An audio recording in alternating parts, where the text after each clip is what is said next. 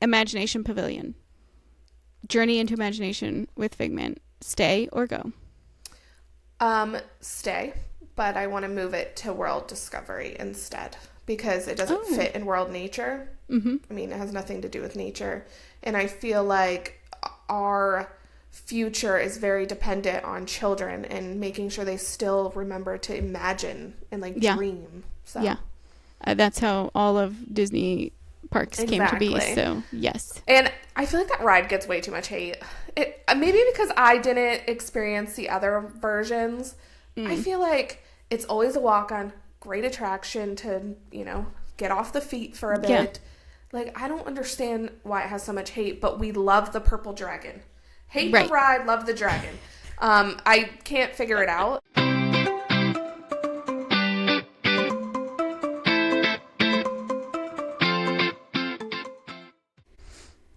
Hello, and welcome back to If It Were Up to Us, the podcast where we reimagine and rethink the ultimate Disney theme park. Hi, I'm Chrissy, and this is my co-host, Stephanie. I feel like we've done this so many times, I should have this, by the back of my hand, but I don't. Anyways, how you doing today, Steph? I'm good. I'm actually very thankful that you always do the intro because the one time right before we were going to record, I was like, what is the intro? I hope she doesn't ask me to do it because I don't even know what she says. So you're good. All is well. In my head, I feel like I say a different thing each time, but hopefully it's close enough. I think it is. So, how was your weekend? I know we're kind of ending, for us, my kids started school this week, or went back to school this week, so summer is kind of officially over for us, although weather-wise it won't be over until December. So, yeah, how are things going in your household? So this is our last full week before school goes back in. It starts next Wednesday. So we still have 1 week of summer, but we have been hit with fall weather, and I love it because we have had the hottest summer that I can remember. 95 degrees, really high humidity. I felt like I was living in Texas, and honestly, I was so over it. I'm like, no, this can't happen. And yesterday it was so beautiful out. The only downside is we're going to the local amusement park on Thursday, and it's only gonna be 74 degrees, and that's a little cold for the water park. Yeah. But this is what happens when you wait until the last minute to do the one thing that was on your kids' summer list. Right. So it's the consequences of my inaction. So I mean, here 75 degrees is prime weather for water park, amusement park stuff. So, yeah, but I'm sure the outside air feels much colder for y'all up there. So, yeah. So today we're talking about Epcot, and I'm so excited. Do we have anything before we get into that? Do we have anything that we need to talk about? I know, what was it? The first Halloween party kicked off at Magic Kingdom, and I think first Oogie Boogie out in Disneyland. I didn't see the Oogie Boogie, but I did see the Mickey's Not So Scary Halloween party, and I watched one video, and I was like, I need to go. I just need to. I know. In fact, I was talking to my mom this morning, and she was like, well, I've been watching the podcast, and I just feel like maybe I need to plan another trip. And I was like, well, gosh darn it, if you do. But yeah, it makes me want to go back. I just keep holding off, we're going on a Disney cruise next year. We're going on a Disney cruise. You will get Disney in your life. It's going to be okay. And then, this morning, Disney opened up their calendar. It's not bookable yet. Disney Cruise Line opened up their calendar for the rest of 2026 and early 2027. And so I'm like, is this the year that I plan a Disney cruise? Yeah. My poor husband. Every day is a new, we should do this or we should do that. And he's like, yeah, no, we shouldn't. I thought that doing this podcast would, help ease that desire to go, but I feel like it's just fueling that fire. It's literally lighting it up. It's just oh yeah, right. No. Yeah, at this point it's work, and it's a work trip, so it's justifiable, right? Yeah. Sure. Maybe to us. Probably not to the husbands. No, especially the husbands that have to stay home with the children. Yeah, exactly. Yeah. Yes. Even though, like, mine's not really one to take a trip by himself. So I'm always like, well, you could go somewhere if you, like, go on, skedaddle. But, yeah. Same. Not so much. Yeah. He's not going to. The only time he'll, like, go anywhere is for work, so he's not. Darn it. Because then it, like, justifies you going, you know. Right, yeah, you're like, well, you went, I went. I gotta go. Yeah. No. Yeah, not quite. No. Mm-mm. Well, maybe we should just send them together somewhere. Yeah, exactly. Where do you guys want to go? Yes. Bye-bye. Go on. And then we have an excuse. Yeah, that sounds like a plan. Yeah. All right. Well, if there's nothing else to really get into, I did send over a map. So do we want to take a quick break and then we'll get into Epcot? Sure.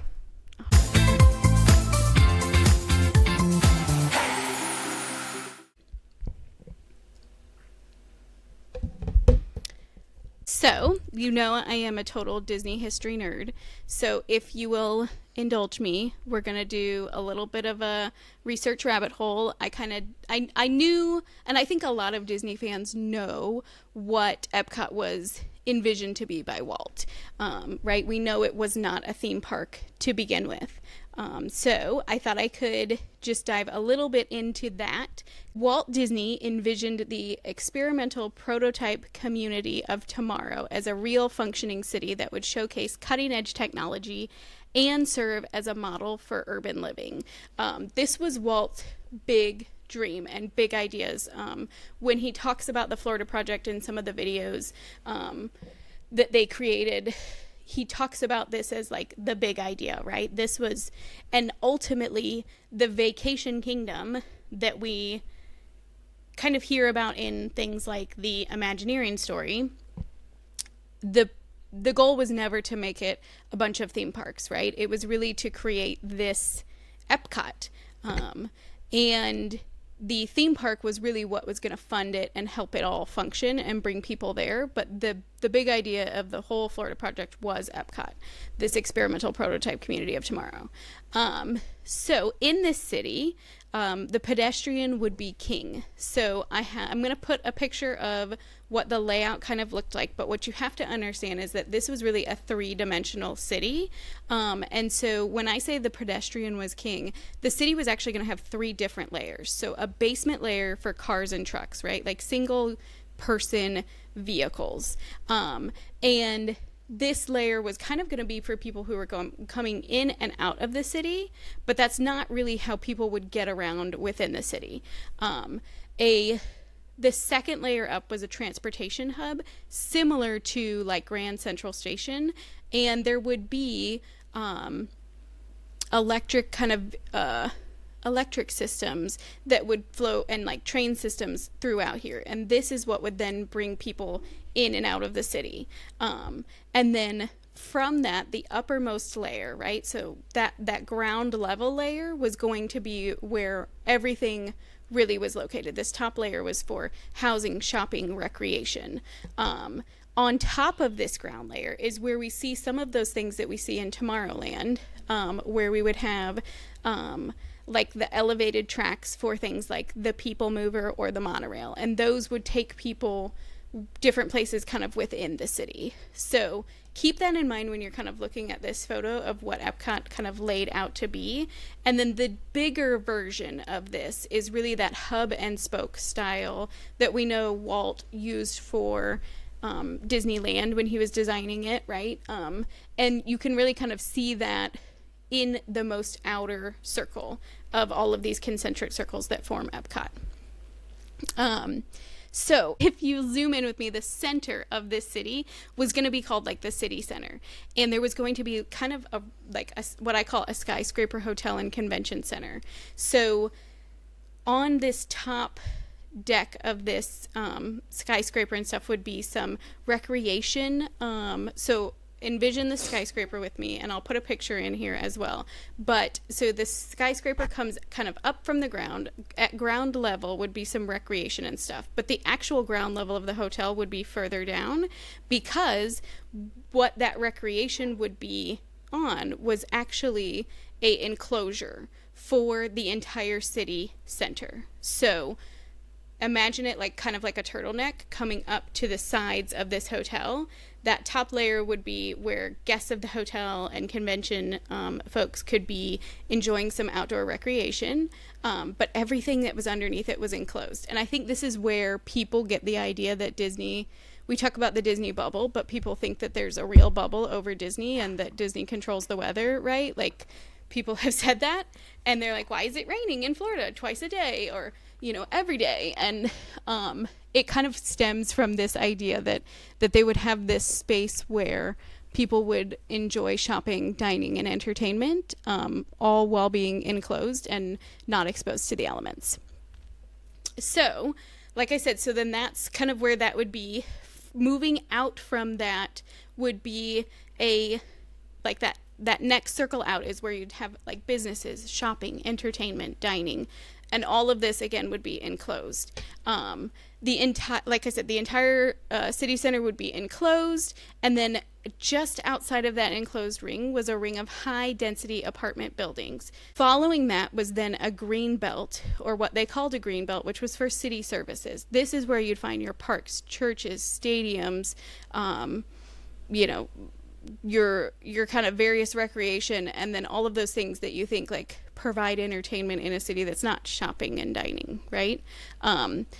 Then that separated them from what they called low density residential homes. So this is where you'd find your single family homes. And this is really where that hub and spoke design is most evident, because within each spoke kind of served as a single linear neighborhood. So if you'll envision this with me, I'm going to kind of model this on my finger, but I'm also going to put a picture up of what this looks like from the Epcot film that they created. But basically, there was a line of transportation that ran down the center of this neighborhood. And so that's how people would, be transported, right, from like a monorail system.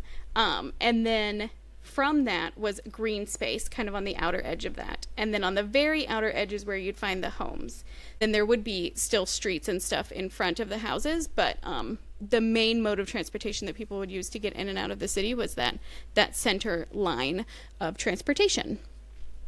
So now that you know what it looks like, obviously that's a very modern, very innovative, like layout for living. When it comes to actually living in Epcot, though, everyone living in Epcot, according to the Epcot film, would have a responsibility to maintain this living blueprint of the future. If you lived in Epcot, you would be employed by Disney, working at the park, the businesses in the city center, etc. There were no retirees. So if you retired, you no longer lived in Epcot. You were no longer a contributing member to this model for living. Then also no one would own their own land or their own home. So what this basically boiled down to was there's no voting on bond measures, and Disney would pretty much control every aspect of the city life, instead of people voting and deciding for themselves.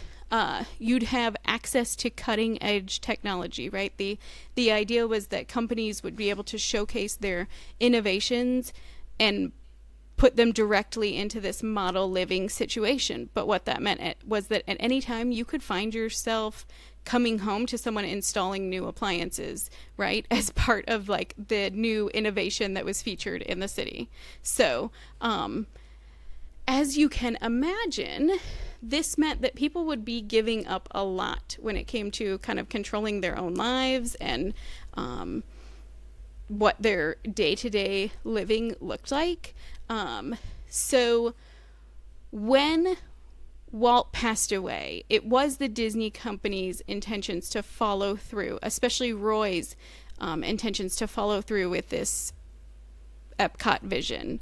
However, one thing that they realized was they really couldn't do it without Walt spearheading this, because there were so many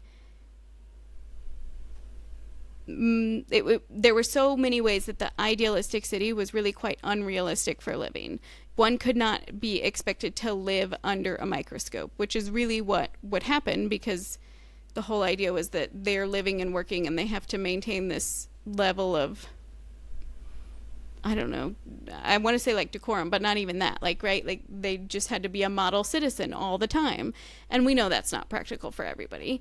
But it could not be both a show place and a place to live. It's just, you can't have them together. Also, they decided it would be asking people to give up too much, and their company that was solely focused on entertainment would have too much control over other people's lives. So once they kind of abandoned the idea of Epcot being a real living, breathing city, what they ended up deciding to do with it, rumor has it they had two camps, right? One that was hoping for something that was more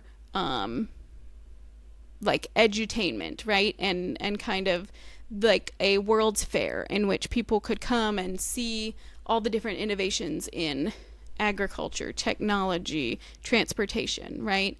Another camp was dedicated to highlighting and showcasing the various cultures around the world. And really, rumor has it that at some point an Imagineer pushed both models together, and that's how we ended up with the Epcot that we know today, which when it was built consisted of Future World, which was the section of park dedicated to technology, progress, and mankind's relationship to the earth. And then we had the World Showcase, which was a showcase of cultures from around the world, with pavilions sponsored by different nations and staffed by individuals from those nations. So that's really how we came to what we have today, and really it ends up being kind of a perpetual World's Fair. And we do see a lot of that edutainment, right? Educational entertainment within each pavilion, World Showcase, and then also in our brand new, world neighborhoods with our World Discovery, World Celebration, World Nature. So yeah. First of all, let me ask you, would you want to live in Walt's version of Epcot? No. When you were talking about it, all I could picture, did you ever see the movie Pleasantville with Tobey Maguire? Oh, yeah. Where it's like in black and white to start, and then he brings like color into the community. It just reminded me of that in like a really, really strict HOA. Like, yeah. Just so you know, we can come into your house at any point and just like change things. Right. Like, yeah. Okay. Yeah. That's what I told John. I was like, so it's basically like having a landlord except for worse. So, yeah. Yeah. Yeah. No. It very much is like futuristic thinking that he was doing so early on. Yeah. Because when you're talking about these transportation tunnels and stuff, all I could think about is Elon Musk, and he wants to make that, like, I'm going to say it wrong, but like some kind of like subsonic tunnel where you like get into it and it like literally will suck you really quickly to your destination. And like his idea is to obviously have these electric cars that all communicate with each other so that you can like basically avoid having car accidents and stuff. Yeah. Because they're already talking. Right. They know where so everybody else is. Yeah. Walt and Elon Musk would get along really well if Walt was, Yeah. I do kind of see that, where it's like that forward thinking visionary, but I just feel like, yes, that's great when you consider everyone is on their best behavior at all times. And this was one of the things that, as I was reading, Walt was really trying to kind of avoid was some of those downsides to metropolitan living. The unhoused and some of that kind of stuff. That was his reasoning why everyone would have a job, right? There would be no retirees who have no income, or people who have no income. And really, like, when you start thinking about it, like, I don't necessarily want to say it was more like a dystopian future, but where the thing, like, you have your own free will, but you still have no control over your day-to-day life. That's kind of how it felt for me. So which I'm sure was not Walt's intention, but no, it's hard to do that when you don't own your home, you don't own your land, you don't have any say in what happens in your city. Like, I don't know. I don't like that. And something you just said made me think of, have you seen this movie? Guardians of the Galaxy 3, where that, like, experiment guy that was experiment on Rocket had that whole, like, planet that he was an experiment. Like, that reminds me of that, too. And it's like, okay, this isn't working. Get rid of it. Like, right. Yeah. Yeah. So I think Disney made the right call to not move forward with this kind of utopian city. And I do love the idea of a perpetual World's Fair, you know, and I think that this is, I feel like this is one of those reasons people feel okay taking their kids out of school to go to Disney, because they're like, well, we go to Epcot and learn so much. And I love that idea. So, yeah, for sure. Not just selfishly because I want to use that when my kids are that age. So yeah. So I'll just kind of dive a little bit into Future World, and then we can talk about what we would bring to our own Future World Showcase, World Celebration, I guess not World Showcase. We're going to break that into next time. But yeah, so like I said, the idea behind Future World when the park was first built was a showcase for technological innovation, with pavilions dedicated to energy, communication, transportation, and the environment. And you know, we saw that reflected with like Universe of Energy. They had a whole Communicore, I think that's what it was called, Communicore building. We transportation, obviously the monorail is a big focus as it circles the park before it goes into its loading station. And then also, and the environment, right? We see that with the seas and the lands pavilions. And we do see also the highlighting humankind's ecological stewardship of the earth or this planet. So kind of keeping all of that in mind, for me, what I envision Epcot, and I know we talked quite a bit about this when we talked about Tomorrowland and really what's the difference between, say, Future World or Tomorrowland and World Discovery. But really what Epcot captures the spirit of this idea of one world, right? We have this one planet. We are all people living on this one earth. So that shared humanity, cultural harmony, and a hopeful future. So keeping that kind of in mind, but while still focusing on the different kind of entities that were originally envisioned for this park, I came up with some unique ideas, I think. So do we want to kind of go existing pavilion by existing pavilion, and you can tell me what your thoughts are, and I'll just kind of introduce some of mine? Yeah, I think so. All right, so first big question, Spaceship Earth. Does it stay or does it go? It stays. It stays. Yeah, I think so. I think that the ride inside, for me, those things stayed.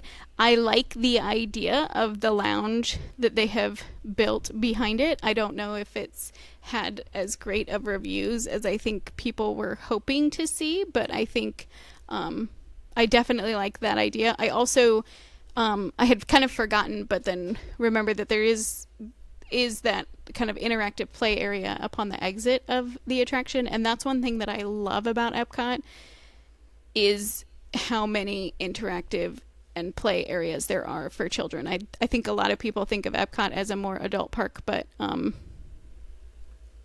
there's so many of that kind of thing there. So I would certainly keep that. I know they are getting ready to make some changes to Spaceship Earth, the attraction. Can't wait to see those, but I do think that attraction stays, at least for me. So 100%, I agree. Okay. I also think Dreamer's Point, the brand new Walt statue, and that whole beautiful like garden section behind it stays. When I was kind of looking at a map of Epcot, I was kind of noticing that the way they have like the pavement laid out is like very reflective almost of the surfaces that you kind of see around the earth. Like one was very like kind of like, I don't know, just like smooth, and the only way I can describe it is wiggly. And it reminded me of like water. And then the other thing that I was noticing was like then they also had some like they have some structures for shade like trees, and it felt very much reflective of the different like I don't know whatever landscapes on Earth. I guess I don't know what you call that, but yeah. So I would definitely keep that. Anything that you would change around that center area? No, I think their remodel of that area is perfect. Mm-hmm. I love it. It was exactly what Epcot needed. I do think they need to put a fountain where all of the bushes are. Not bushes. Flower bed is like that tiered flower bed. I do think we still need a fountain. But because I feel like you just need a little water feature there. But other than that, I think it's amazing. Yeah. I didn't realize that the like sculpture that's out in front of the park was like it was based on an original sculpture to the park. I came across that in my reading, and I was like, oh, I thought that was something new, but no, it was. And I love that they're doing that. They're have that callback to the original park. So.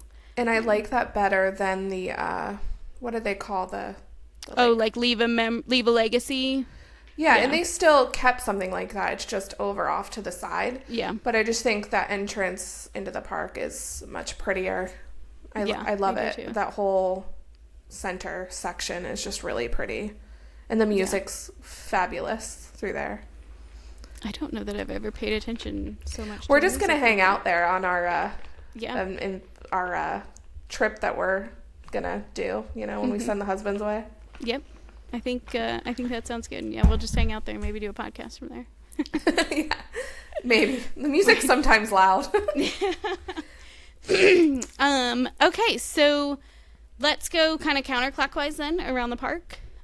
So you walk into the park, you go past Spaceship Earth, you turn over to your right, and the first pavilion that you kind of come up on is the seas, but right outside that is the Journey of Water inspired by Moana. I know from our previous Magic Kingdom episode that you were going to keep this in Epcot.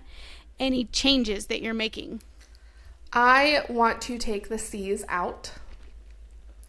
I know that's going to be really difficult taking literally the U.S.'s second largest aquarium and just moving it, but I do think it has a better home, and I do want to keep Journey of Water. I kind of want to maybe move that kind of where the seas is now, but I do think we need that water aspect because it's so important in culture and everyday life. So I do want to keep Journey of Water. Yeah, I also think it's such a cool like exhibit to walk through. The way that they've incorporated technology and storytelling into that area is awesome. It's great for little kids. I had fun going through there as an adult, so I really do enjoy that attraction. I also was thinking about taking the seas out. Ultimately, I did decide to leave it. I felt like when we talk about kind of like, I don't know, because right there is the animal component to this, which fits in a whole other area of our ultimate resort destination.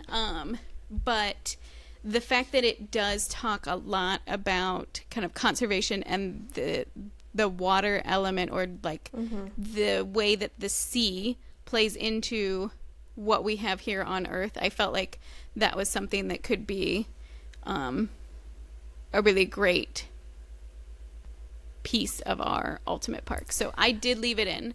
I'm okay with moving it. What if we just took out the aquarium but left some of the other things there? When I was looking at this, because I did not send Chrissy a map this time, I told her that I felt like I'm not very passionate about Epcot as a whole, so I just couldn't come up with things enough to build a map. But when I was thinking about the seas, and I'm very passionate about keeping Moana, how could I take ocean, which is the most important water we have? I mean, that's what makes up the majority of the Earth, away.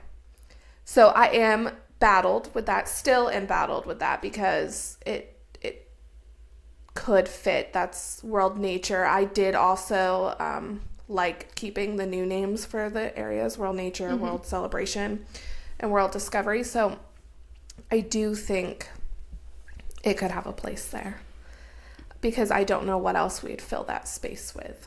Right. I think, so for me, I was going to keep the pavilion as it stands with the aquarium. I was also going to keep the Seas with Nemo and Friends, which I think is a component of keeping kind of the aquarium there, because obviously you do have that scene where it showcases the full aquarium. And Turtle Talk with Crushed. I think that's a great way to provide entertainment and information to people. You know, there could be that edutainment factor there with Turtle Talk with Crush. So I was keeping those other attractions there as well. I feel like you could take out the aquarium and leave some of those things in there, but replace some of the space that the aquarium itself occupies with another featured attraction. I did not find one in any of the other parks that could be relocated, because they don't have, none of the other destinations around the world have an Epcot. Yep. So, yeah. And I think that's why I also don't have a map. I felt a little defeated in the fact that Magic Kingdom was easy. You can go to however many different parks and pull attractions, where Epcot is very unique. The only thing that could be maybe similar, and I see you did pull some attractions from it, would be Disney Sea in Tokyo. Yeah. Because that's a very unique park. But yeah, so I struggled with this section. I feel like it would just be easier just to leave it as it is. Leave Journey of Water.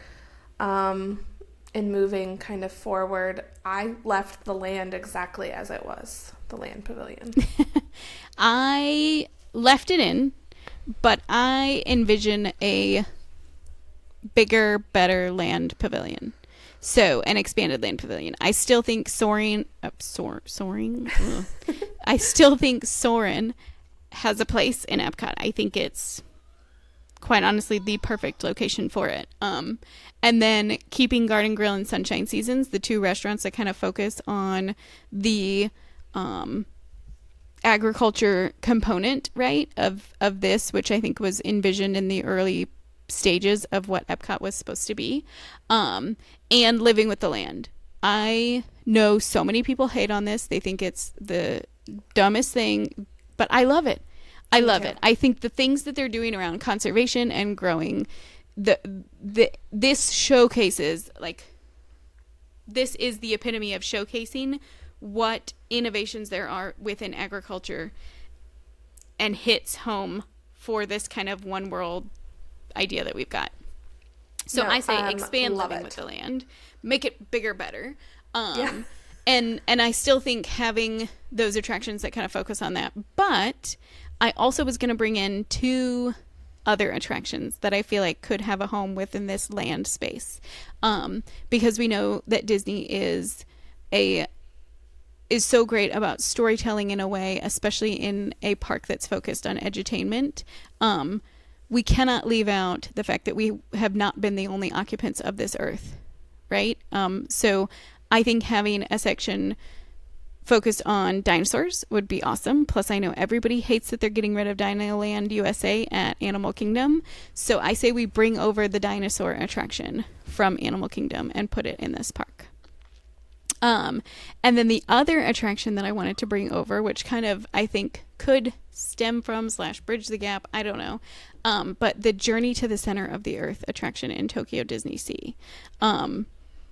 This, from what I understand, it's kind of a fast-paced attraction, something that would bring some thrill back into this section of the park. But I think the storytelling around, you know, going to the center of our earth, what our earth is made of, and then the way that they present that in this attraction is really cool. So it would be my idea to bring that over and put it in the expanded land pavilion.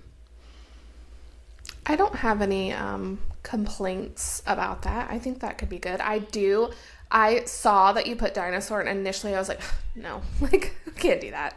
But then I feel like that could be good. Yeah. I just think maybe it's me, and again, we have all the new years of history, but we can't forget that we've been the only occupants of this planet. There were things here before we were. We know that because of fossils. So... Back to Living with the Land. Have you ever done the behind the scenes tour? No, but I have seen videos and it looks lovely. My husband and I did that last year. We went for our anniversary and he's obsessed with Living with the Land. So that's what we did. I loved it. I think even more than he did. I want to do it every time I go. It's so fun. And you know the big tilapia things? You get to feed them. Yeah, it was so fun. I love it. I had to just put that in there because it's really not that expensive. So it's only like $35. And I think I would love to do them because they do like kind of the overhauls for the holidays. I would love to do it during the holidays. I think that'd be so fun. Yeah, we did it during Flower and Garden. So they had like the Alice in Wonderland section, like the little decorations, and then a couple other ones, and it was just really cool. So I just had to piece that in there. Yeah, no complaints. I think both of those are fine and they could fit, and maybe even if we did decide to get rid of the aquarium, because I'm still just thinking I really plucked the heck out of Animal Kingdom by taking out Everest, and I need to fill that space, and you have the big blue show, so you could tie that in there. That could make sense. That could make sense. All right, we'll circle back. Let's keep going, and we'll circle back, because I go back and forth too. Okay, Imagination Pavilion. Journey into Imagination with Figment. Stay or go? Stay, but I want to move it to World Discovery instead because it doesn't fit in World Nature. I mean, it has nothing to do with nature, and I feel like our future is very dependent on children and making sure they still remember to imagine and dream. So. Yeah, that's how all of Disney parks came to be. So yes, and I feel like that ride gets way too much hate. Maybe because I didn't experience the other versions. I feel like it's always a walk-on, great attraction to, get off the feet for a bit. Yeah. Like, I don't understand why it has so much hate, but we love the purple dragon. Hate the ride, love the dragon. I can't figure it out, and I do think it needs to stay because, that's the whole reason we have a Walt Disney World is because somebody had a dream. Right. So I would like to move it to the other side of the park. Okay. In World Discovery. Okay. I'm not attached to a location, so I approve that proposal. Okay, so this is the big one that I think made sense for both of us when we were originally looking. There are a couple of pavilions that are not being used over on the world nature side of things, especially the one that's behind I shouldn't say it's not being used. It is being used, but I think it's being used as like a photo spot for Disney Visa card members. So my idea was to replace this pavilion with It's a Small World. Gosh. Sorry, I just noticed something else you did here. Oh, yes. I have big ideas for this park. Okay, but the one big idea you have when we get to World Showcase, already approve. Because I'd already thought about that. Thanks. But, okay, so... Yeah, before we get there, right, kind of as an entry point, if you will, into World Showcase, this is where we put It's a Small World. And I did think that it kind of has that kind of imagination vibe to it. So, it fits with that, like, imaginary world, if you will, right? But I felt like this is where this belongs. It belongs in the place where we celebrate all the cultures. And the song literally says it's a small world. This is one world. I think this is where this attraction belongs.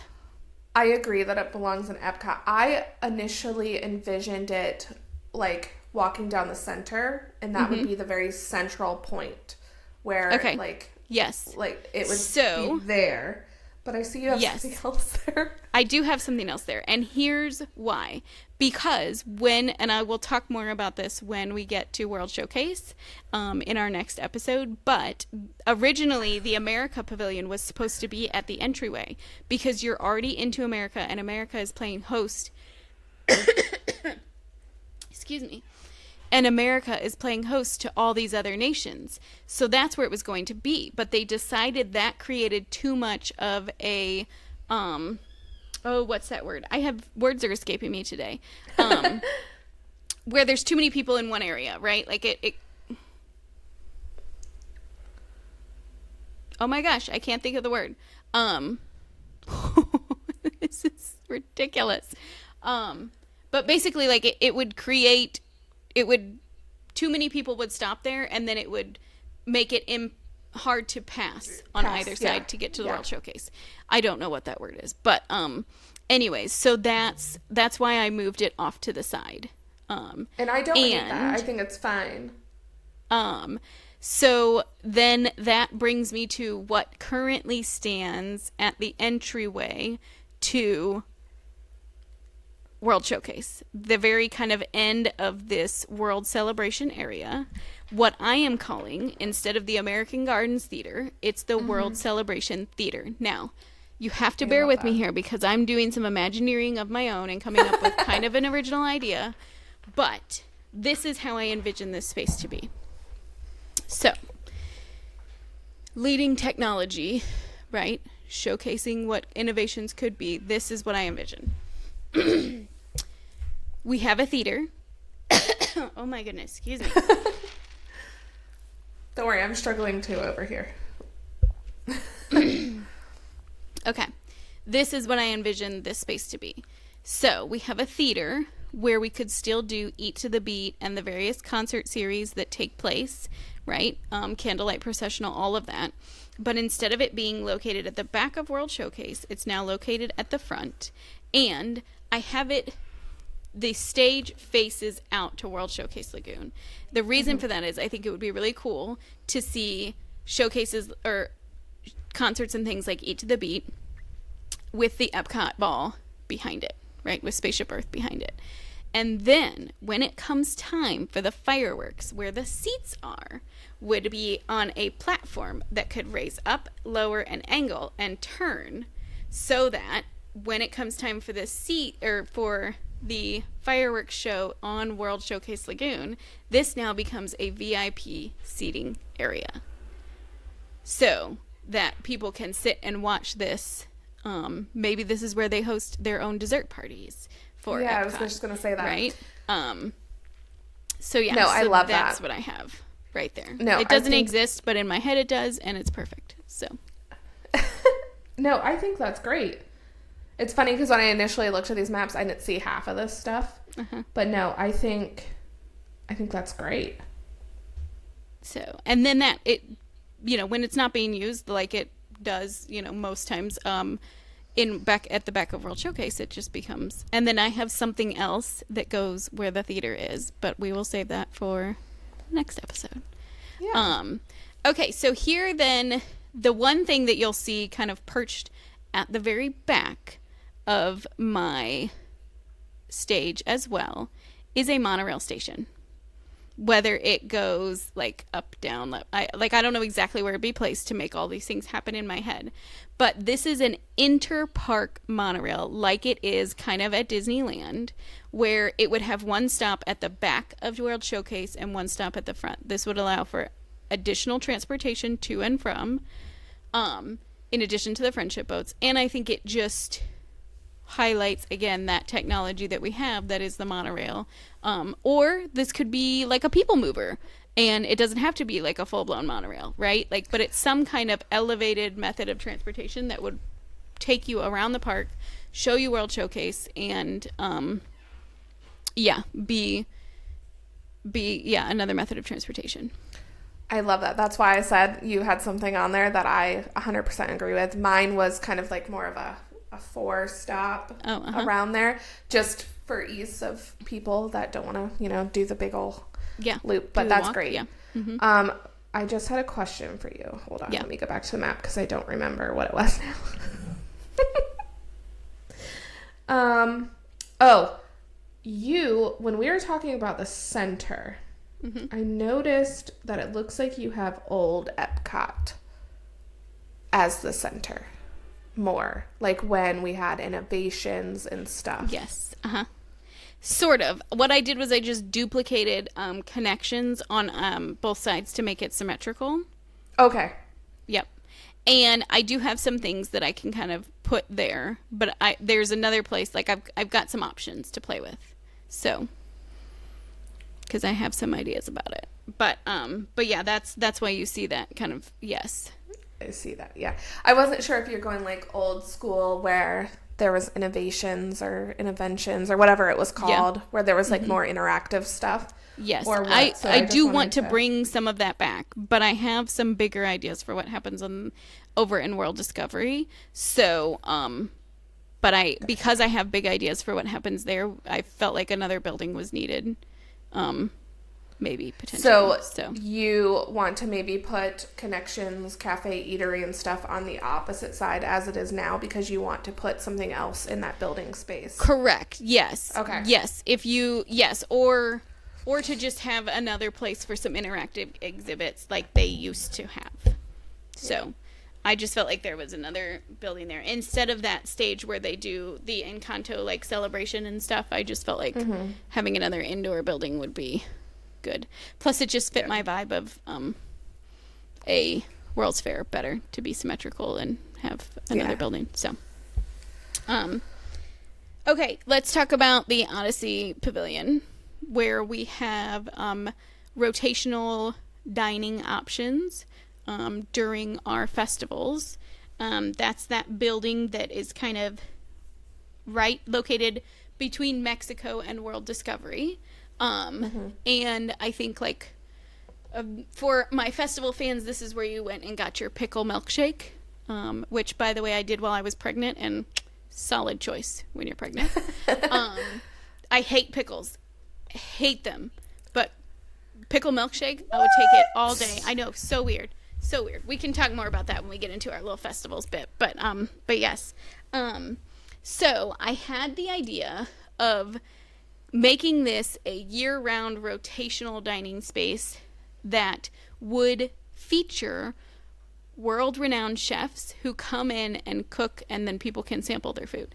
This could be like a private experience or a VIP experience, or like not unlike the tequila tasting right in Epcot where people could go, but where we invite actual kind of, again, of that concept of a World's Fair, where we invite people who are innovating and doing really cool things around the world to come in and showcase their talents. So that's what I had kind of here in this space. Or this could be somewhere where we highlight maybe like different innovations within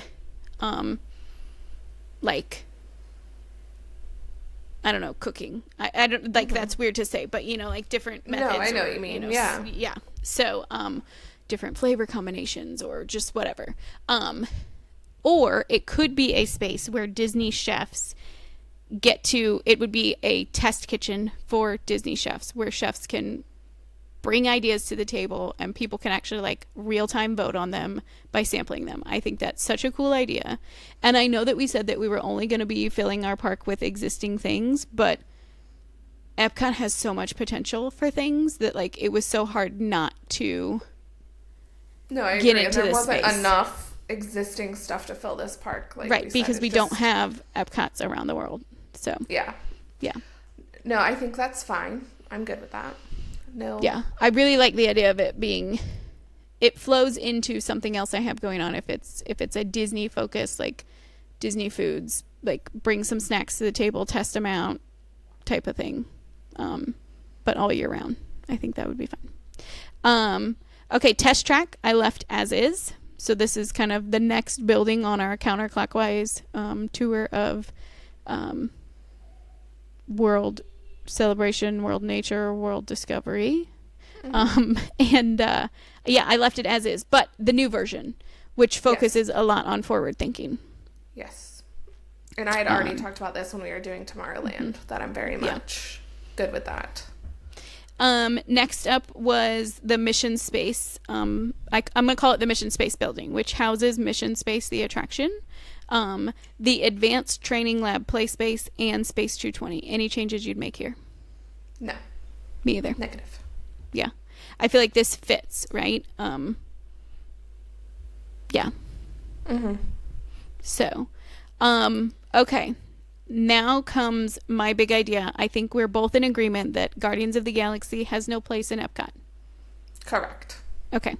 So, now we are left with this kind of really cool building, which used to be the Universe of Energy, and then Ellen's Energy Adventure, something or other. I know they completely reworked the building to put this attraction in, but we're starting from scratch, so it doesn't matter. That's right. This is where I bring to the table something called Stark Expo. And there is a Stark Expo in Hong Kong, and it features the Iron Man Experience attraction. And I'll give you a little insight into what it is, like the description of this ride, and then, or this, like, I'm going to call it its own pavilion. And then tell you what I envision it. So it says the Stark Expo gives you an all-access look into the company's legacy of changing the world for the better before showing you the groundbreaking technology that will shape our future. See with your own eyes Stark innovations that will improve your home today and the visionary thinking that will transform your entire world tomorrow. The Stark Expo is divided into several exhibition halls. The Hall of Protection, where you can get close to the Iron Man Mark III suit and other leading advancements in the sphere of defense. Then get an inside look at the arc reactor, or how the arc reactor provides enough clean and sustainable energy to power the entire city in the Hall of Energy. Followed by the Hall of Mobility, where you'll see the latest technological masterpiece from Stark illustrations, the gravity-defying Iron Wing, right? So this is like a Stark version, and this is where I think we can bring a little bit of IP into the park with a little bit of actual innovations in technology and transportation. So we would still have the Iron Man experience from Hong Kong in this pavilion. So my Avengers and Marvel fans, we're not getting rid of a thrilling attraction. We're just taking the roller coaster out of Epcot, putting it somewhere else. And instead, we're bringing in this Iron Man experience. And I think having like a Stark Expo is a really unique way to tie in IP with this version, or like what we're envisioning for this park. So this could be a place where companies get to showcase, like existing companies, Apple and like, I don't know, Apple, Tesla, whatever, you know, get to showcase new and emerging technology.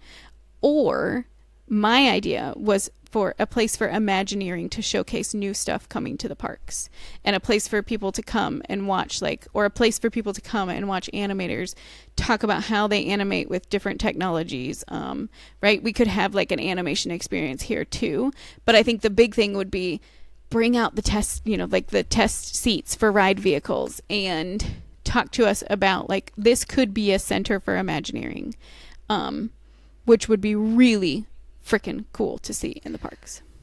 I love that. Whatever you said made me think, oh, wait, maybe we could make this tie into our journey with imagination, and then show how, like, as a child, your imagination is, you know, play. But then you're bringing that into actually creating things. Right. Yes. And so I loved it, because I was like, wait, we could do, like, an Imagineering thing. My first initial thought, because we were already talking about Tony Stark, was the new ride that they're going to do in Disneyland, where it's like that cart thing. And they've been testing it a lot. I was like, that would be so cool to kind of show, even if it's a minier scale, like, it doesn't need to be full scale model, and just like show kids how, like, your imagination and all of that can actually like Yeah, I mean, no, could you imagine like having, and I know this would be like a big draw for a lot of people, but again, another VIP offering experience, but like Joe Rohde coming in and talking about like having like an Imagineer chat, right, in this pavilion, I think could be so cool.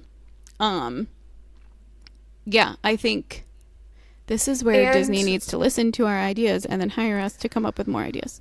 Because we also have that circular orange, like half an orange building is what I call it. That's sitting there. That you could also, like after they do D23, bring those little mini models and put them in there. Like they did when they were redoing, was it Epcot, that they stuck in the Odyssey Pavilion that you could walk in and see?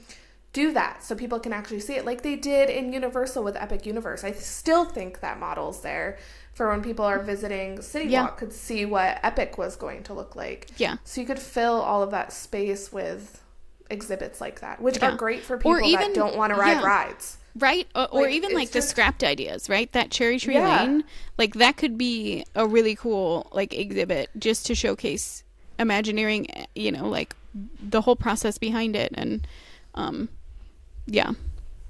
no, I love that. Give us sneak peeks in the park. We come there, let's have it. And bringing in that Tony Stark stuff in Iron Man is going to keep your kids interested so that the adults can actually enjoy the other like part of it. Yeah. And I also pictured on like Disney cruises in their kids clubs, they have a lot of the superhero suits for them to look at, like Captain America and stuff. And you can just make a play on it. Like, it's, you know, not factual, the metal that the Captain shield is made out of, but like kind of show kids like this is what it, you know, I don't know. And that would bring your educational field trip. I fill one out every time I take my kids to Disney World during the school year, and like this. See, I'm telling you. Yep. It again, Disney. Hello, hi, we're here. Anytime you want to talk to us. Yes. Did you see that I did at them about the dream lights on our thing? I said, because I told you I would, and I did. I followed through. Yeah, I saw we've been tagged by a couple of people in some of our recent like snippets and stuff, and that's been fun for me. Just being like, call it out, man. We're here. See, we have big ideas. Okay, so I think that brings us to the end of Future World, our New World neighborhoods.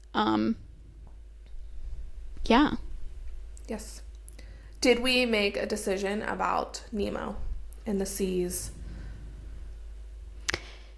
I think if we're saying that all these other new things are coming in, I could see us having enough in this space.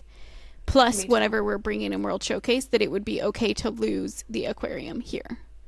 I think, you know, you could expand Journey of Water by Moana. I think you could still do something without having the full aquarium there. But I do think, like, it can go somewhere else, Okay. Sounds good. Love it. Okay. So. I'm so happy you had all these big ideas because I could not come up with anything. My imagination was garbage. So. I may have been procrastinating some real life responsibilities because I had too much fun with this. Like I said, I know we kind of said at the very beginning our idea was not to bring new ideas to the table, but I think when you talk about Epcot, it's hard not to bring new ideas and see. I mean, it is a slate for potential. I think the Disney, you know, we heard it in the film. I think it's called Epcot Becoming, but they say like Epcot is always in a state of becoming.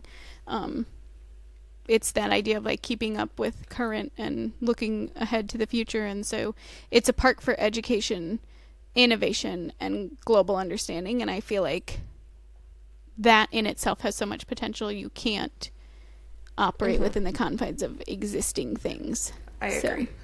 And these things that you're envisioning are things that are easily changeable with times. The exhibits can constantly be changing to updated things. So Yeah. Love it. Okay. Well, that wraps up the front section of the park. I know I've got ideas for World Showcase. I know you've got ideas for World Showcase. It'll be fun to see what happens with that. As a reminder, we want to hear from you guys. We want to hear what your ideas are, what you would change. Would you keep the whole seas? Would you remove it? Let us know your thoughts. If you're interested in coming on as a guest, we'd be happy to have you. Let us know. And yeah, I think that's it. Yeah. So if you want to hear about our World Showcase, if it were up to us, well, you'll just have to listen.